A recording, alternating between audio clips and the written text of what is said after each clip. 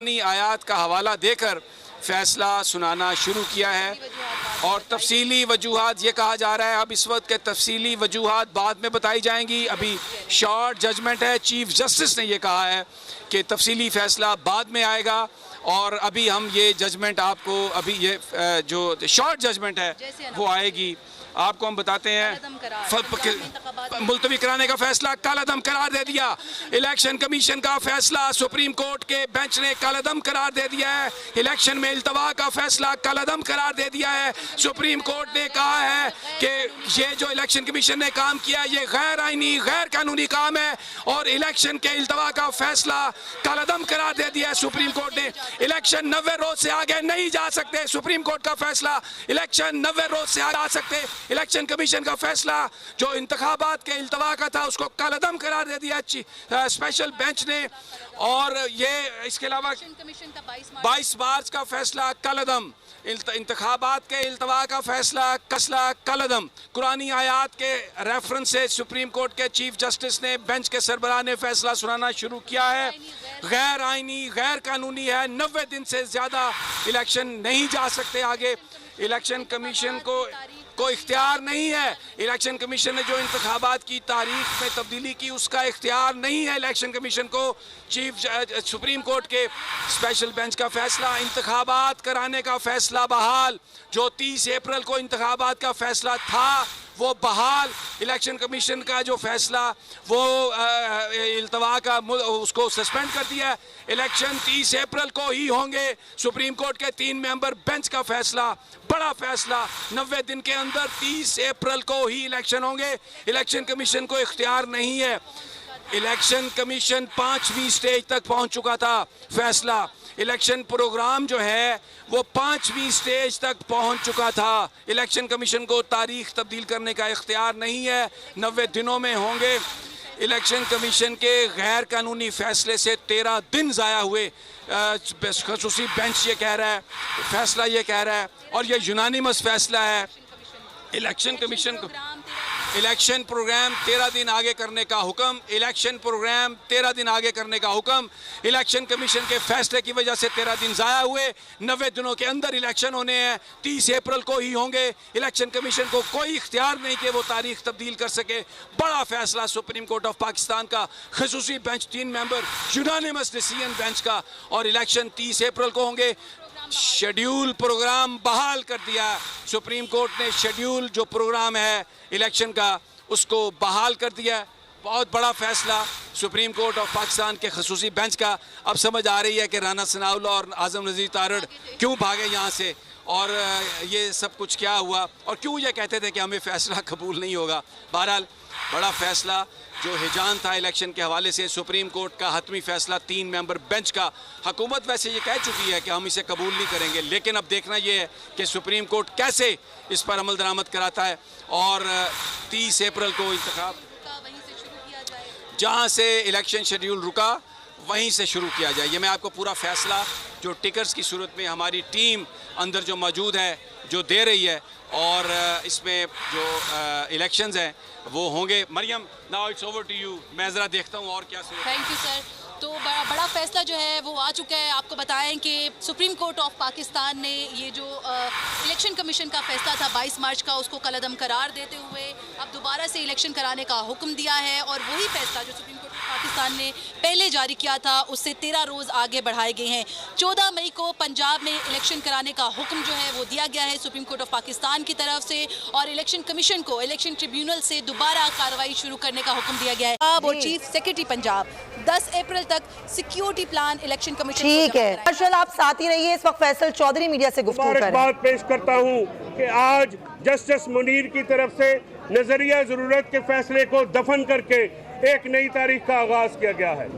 मैं आज कौम को मुबारकबाद देता हूं कि आपके सामने वो जजेस आए हैं जिन्होंने नजरिया जरूरत के साथ नहीं, आइन और कानून के साथ, जमहूरियत के साथ खड़ा होना पसंद किया है। इनका फैसला तारीख में अजीम तर फैसलों की में लिखा जाएगा। आज सुप्रीम कोर्ट ने अपने ऊपर लगे हुए मौलवी तमीजुद्दीन केस में नजरिया जरूरत के तहत जो फैसला दिया उसका दाग धोया है। आज ये जजेस आज पाकिस्तान की अदलिया खराज तहसीन की मुस्तहिक है।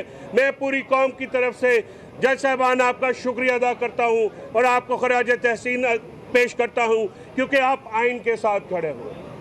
और इसके साथ साथ मैं पाकिस्तान तहरीक इंसाफ की लीगल टीम, ILF और तमाम दोस्तों को मीडिया की तरफ तवज्जो से बहुत मुबारकबाद पेश करता हूँ। और आज जिस तरह से नून लीग के जत्थे सुप्रीम कोर्ट पे हमलावर हुए अपने वज़रा की लीडरशिप में, उसकी भरपूर मजम्मत करते हैं और इस बात का अदा करते हैं कि पाकिस्तान के वकला अपने आइन, अपनी सुप्रीम कोर्ट, अपने चीफ जस्टिस और जमहूरियत के साथ खड़े होंगे।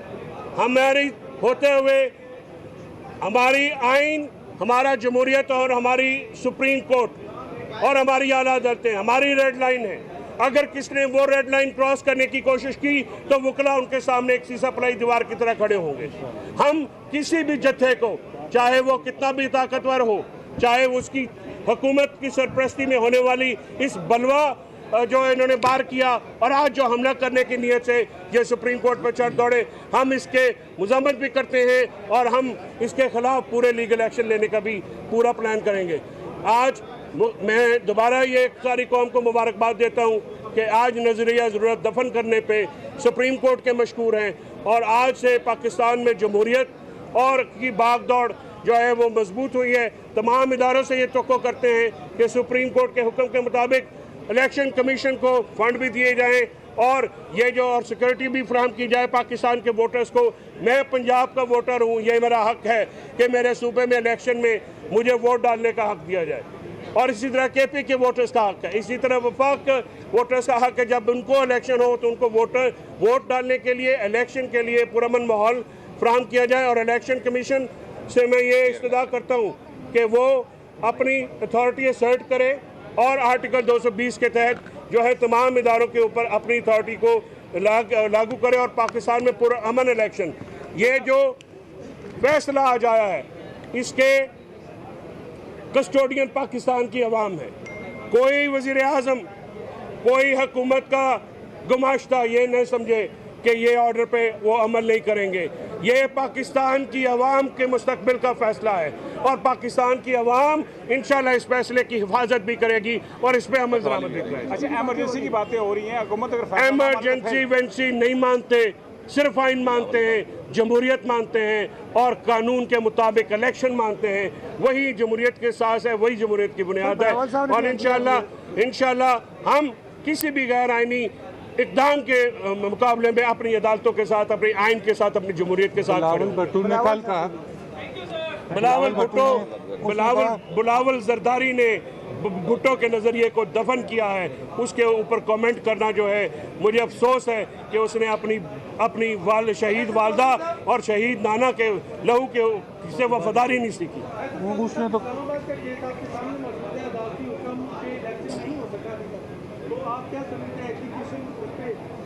जी मैंने जवाब दे दिया कि अवाम इस पे अमल, ये अवाम का फैसला है और अवाम इस पे अमल दरामद करेंगे। आपने किस माजी में देखा, किसकी जरूरत हुई ऐसी? सर किसकी जरूरत हुई सुप्रीम कोर्ट के? नहीं, ये ऐसा नहीं हुआ। आप एक शख्स ने सुप्रीम कोर्ट का हुक्म नहीं माना था, उसका नाम यूसुफ रजा गिलानी था, उसे वो घर भेजा गया था। और जिस तरह से अगर कोई ये नहीं मानेगा तो सुप्रीम कोर्ट एक्शन लेगी और पूरी कौम सुप्रीम कोर्ट के पीछे खड़ी होगी। Thank you. Faisal Chaudhry media से गुफ्तगू कर रहे थे। बड़ा फैसला आज सुप्रीम कोर्ट का आ गया है और सुप्रीम कोर्ट ने 14 मई को पंच कराने का हुक्म दे दिया है। साथ ही साथ ये कहा है कि वफाकी हुकूमत जो है वो ताउन करे और निगरां जो पंजाब हुकूमत है उसको कहा गया है कि वो प्लान दे 17 अप्रैल तक इलेक्शन सिक्योरिटी के लिए इलेक्शन कमीशन को प्लान दे। साथ ही साथ IG पंजाब और चीफ सेक्रेटरी पंजाब 10 अप्रैल तक सिक्योरिटी प्लान इलेक्शन कमीशन को जमा कराएं और 10 अप्रैल तक इलेक्शन के अंदर मीडिया पर रिलीज हो गया और किसी को नहीं पता था। तो बहरहाल कुछ कहा जा रहा है कि कमर्शियल की तरफ जाना है। नाज़रीन, ये हम जैसे ही फैसला सुनाया जाएगा हम कमर्शियल हटा देंगे, लेकिन आपको पता है तनख्वाह वनख्वाह का मामला सारा कमर्शियल्स पर ही बेस करता है। वैसे तो हुकूमत ने हमारे अकाउंट्स बंद किए हुए हैं, लेकिन फिर भी हम इस उम्मीद पे फैसला सुनाना शुरू कर दिया। इश्तिहारों को रोक दें जी, फैसला सुनाना शुरू कर दिया है। अंदर से खबर आई है, जजेस बैठ गए, फैसला सुनाना शुरू कर दिया गया है। 3 मेंबर बेंच फैसला सुनाना शुरू कर दिया गया है। जैसे ही हमारे पास इत्तला आती है, पहली लाइन आती है, हम आपके साथ शेयर करेंगे। 3 मेंबर बेंच सुप्रीम कोर्ट का खसूसी बेंच कमरे अदालत के अंदर है। और क्या हमारे पास स्टिकर्स आए हैं अंदर से कि फैसला सुनाना शुरू कर दिया है। कुरानी आयात से फैसला सुनाना शुरू किया है चीफ जस्टिस साहब ने। और पंजाब चीफ जस्टिस ने कुरानी आयत से फ़ैसला शुरू किया। कुरान आयत पढ़ रहे हैं और उससे उन्होंने फ़ैसला सुनाना शुरू किया है। जैसे ही मज़ीद खबर आती है आप हमारे साथ ही रहिए, हम कमर्शियल को ड्रॉप कर रहे हैं, खबर बहुत अहम है। चीफ जस्टिस ने कुरानी आयत का हवाला देकर फ़ैसला सुनाना शुरू किया है और तफसीली वजूहात ये कहा जा रहा है, अब इस वक्त के तफसीली वजूहात बाद में बताई जाएंगी। अभी शॉर्ट जजमेंट है, चीफ जस्टिस ने ये कहा है कि तफसीली फ़ैसला बाद में आएगा और अभी हम ये जजमेंट आपको, अभी ये जो शॉर्ट जजमेंट है वो आएगी, आपको हम बताते हैं। मुलतवी कराने का फैसला कलअदम करार दे दिया। इलेक्शन कमीशन का फैसला सुप्रीम कोर्ट के बेंच ने कलअदम करार दे दिया है। इलेक्शन में इल्तवा का फैसला कलअदम करार दे दिया है। सुप्रीम कोर्ट ने कहा है कि ये जो इलेक्शन कमीशन ने काम किया ये गैर आईनी गैर कानूनी काम है और इलेक्शन के इल्तवा का फैसला कलअदम करार दे दिया है सुप्रीम कोर्ट ने। इलेक्शन 90 रोज से आगे नहीं जा सकते। सुप्रीम कोर्ट का फैसला, इलेक्शन 90 रोज से आगे आ सकते। इलेक्शन कमीशन का फैसला जो इंतखाबात के इल्तवा का था उसको कलअदम करार दे दिया स्पेशल बेंच ने। और ये इसके अलावा 22 मार्च का फैसला कलअदम, इंतखाबात के इल्तवा का फैसला कलअदम। कुरानी आयात के रेफरेंस से सुप्रीम कोर्ट के चीफ जस्टिस ने बेंच के सरबराह ने फैसला सुनाना शुरू किया है। गैर आईनी गैर कानूनी है, 90 दिन से ज़्यादा इलेक्शन नहीं जा सकते आगे। इलेक्शन कमीशन को इख्तियार नहीं है। इलेक्शन कमीशन ने जो इंतखाबात की तारीख में तब्दीली की उसका इख्तियार नहीं है इलेक्शन कमीशन को। सुप्रीम कोर्ट के स्पेशल बेंच का फैसला, इंतखाबात कराने का फैसला बहाल। जो 30 अप्रैल को इंतखाबात का फैसला था वो बहाल। इलेक्शन कमीशन का जो फैसला वो इल्तवा का उसको सस्पेंड कर दिया है। इलेक्शन 30 अप्रैल को ही होंगे। सुप्रीम कोर्ट के 3 मेंबर बेंच का फैसला, बड़ा फैसला, 90 दिन के अंदर 30 अप्रैल को ही इलेक्शन होंगे। इलेक्शन कमीशन को इख्तियार नहीं है। इलेक्शन कमीशन 5वीं स्टेज तक पहुंच चुका था। फैसला इलेक्शन प्रोग्राम जो है वो 5वीं स्टेज तक पहुंच चुका था। इलेक्शन कमीशन को तारीख तब्दील करने का इख्तियार नहीं है, 90 दिनों में होंगे। इलेक्शन कमीशन के गैर कानूनी फैसले से 13 दिन ज़ाया हुए। खसूसी बेंच ये कह रहा है, फैसला ये कह रहा है और ये यूनानिमस फैसला है। इलेक्शन कमीशन को इलेक्शन प्रोग्राम 13 दिन आगे करने का हुक्म। इलेक्शन प्रोग्राम 13 दिन आगे करने का हुक्म। इलेक्शन कमीशन के फैसले की वजह से 13 दिन ज़ाया हुए। 90 दिनों के अंदर इलेक्शन होने हैं, 30 अप्रैल को ही होंगे। इलेक्शन कमीशन को कोई इख्तियार नहीं कि वो तारीख तब्दील कर सके। बड़ा फैसला सुप्रीम कोर्ट ऑफ पाकिस्तान का, खसूसी bench 3 member unanimous decision bench का। और इलेक्शन 30 अप्रैल को होंगे। शेड्यूल प्रोग्राम बहाल कर दिया। सुप्रीम कोर्ट ने शेड्यूल जो प्रोग्राम है इलेक्शन का उसको बहाल कर दिया। बहुत बड़ा फैसला सुप्रीम कोर्ट ऑफ पाकिस्तान के खसूसी बेंच का। अब समझ आ रही है कि राना सनाउल्लाह और आज़म नज़ीर तारड़ क्यों भागे यहाँ से और ये सब कुछ क्या हुआ और क्यों ये कहते थे कि हमें फ़ैसला कबूल नहीं होगा। बहरहाल बड़ा फैसला जो हिजान था इलेक्शन के हवाले से, सुप्रीम कोर्ट का हतमी फैसला 3 मेंबर बेंच का। हुकूमत वैसे ये कह चुकी है कि हम इसे कबूल नहीं करेंगे, लेकिन अब देखना ये है कि सुप्रीम कोर्ट कैसे इस पर अमल दरामद कराता है। और 30 अप्रैल को इंतखाब जहाँ से इलेक्शन शेड्यूल रुका वहीं से शुरू किया जाए। ये मैं आपको पूरा फैसला जो टिकट्स की सूरत में हमारी टीम अंदर जो मौजूद है जो दे रही है और इसमें जो इलेक्शंस हैं वो होंगे। Maryam, now it's over to you. मैं ज़रा देखता हूँ और क्या। Thank you sir.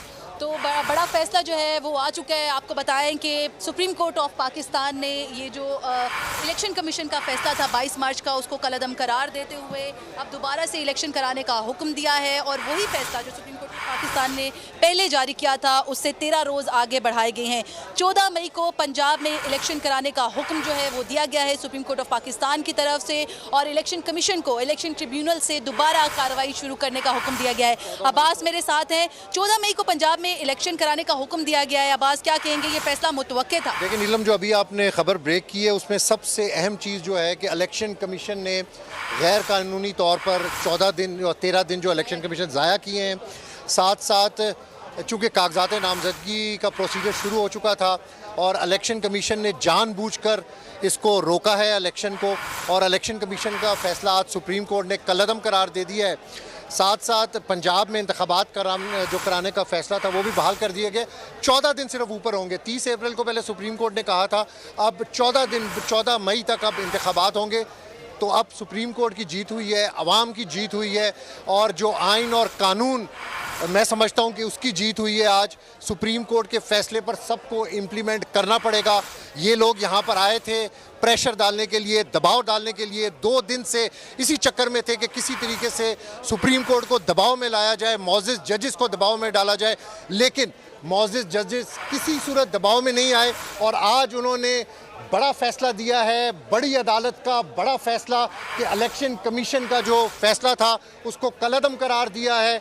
30 अप्रैल को जो इलेक्शन करवाने का हुक्म था, अब 14 मई को उसका हुक्म हो। 13 रोज़ आगे बढ़ाए गए हैं, और इस तमाम तर मामले में आपको ये भी बताएं कि अदालत ने ये कहा है कि अदालती सवालात पर इलेक्शन कमीशन ने इलेक्शन कराने की यकीन दहानी कराई थी। तो जब इलेक्शन कमीशन ने कहा है कि अदारे ताउन करें तो इलेक्शन कराने को तैयार हैं, तो इसलिए शफाफ गैर जानिबदार इंतखाबात कराना इलेक्शन कमीशन की जिम्मेदारी है।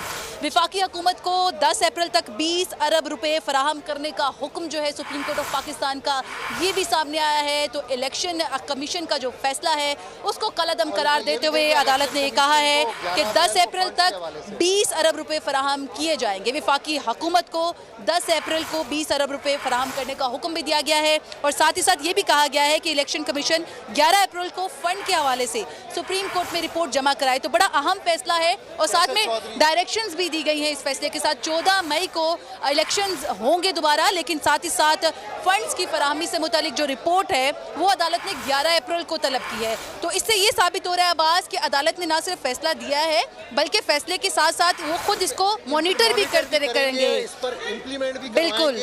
उन्होंने फाइनेंशियल जो इश्यूज हैं उस पर रिपोर्ट भी मांगी है। फैसल चौधरी इस वक्त टॉक करें, अगर आप फैसल चौधरी अभी टॉक कर रहे हैं, अगर तो कराची आपने उनकी तरफ जाना है तो वो अभी टॉक करने लगे हैं। लेकिन जो बड़ा फैसला है इस वक्त सामने आया है, और अहम चीज़ ये है कि इस फैसले को सुनाने के बाद अदालत ने साथ साथ एक मॉनिटरिंग सिस्टम जो है उसको भी मेंटेन किया है। अगर 14 मई को ये इलेक्शन हो रहे हैं अदालती हुक्म पर, तो साथ ही साथ जो फंड्स फराहम करने से मुतालिक अदालत की डायरेक्शंस हैं उस पर अदालत ने 11 अप्रैल को रिपोर्ट भी तलब की है। विफाकी हुकूमत इलेक्शन से मुतालिक जो फंड्स हैं वो फराहम करेगी, और अगर फंड्स फराहम नहीं किए गए तो अदालत अहकामात जारी करेगी। अदालत ने यह भी कहा है कि इलेक्शन कमीशन फंड्स को पंजाब में इलेक्शन के लिए इस्तेमाल करेगा। KP के इलेक्शंस के लिए फंड्स कम हुए तो अदालत अहकामात देगी। अहम फैसला है। प्लान देने का भी हुक्म सामने आया है सुप्रीम कोर्ट ऑफ पाकिस्तान की तरफ से, जिसमें यह कहा गया है कि निगरां पंजाब हुकूमत को 10 अप्रैल तक इलेक्शन का प्लान जो है वो ज़रूरी होगा देना, और साथ ही साथ ये कहा गया है कि IG पंजाब और चीफ सेक्रेटरी पंजाब 10 अप्रैल तक सिक्योरिटी प्लान इलेक्शन कमीशन ठीक है।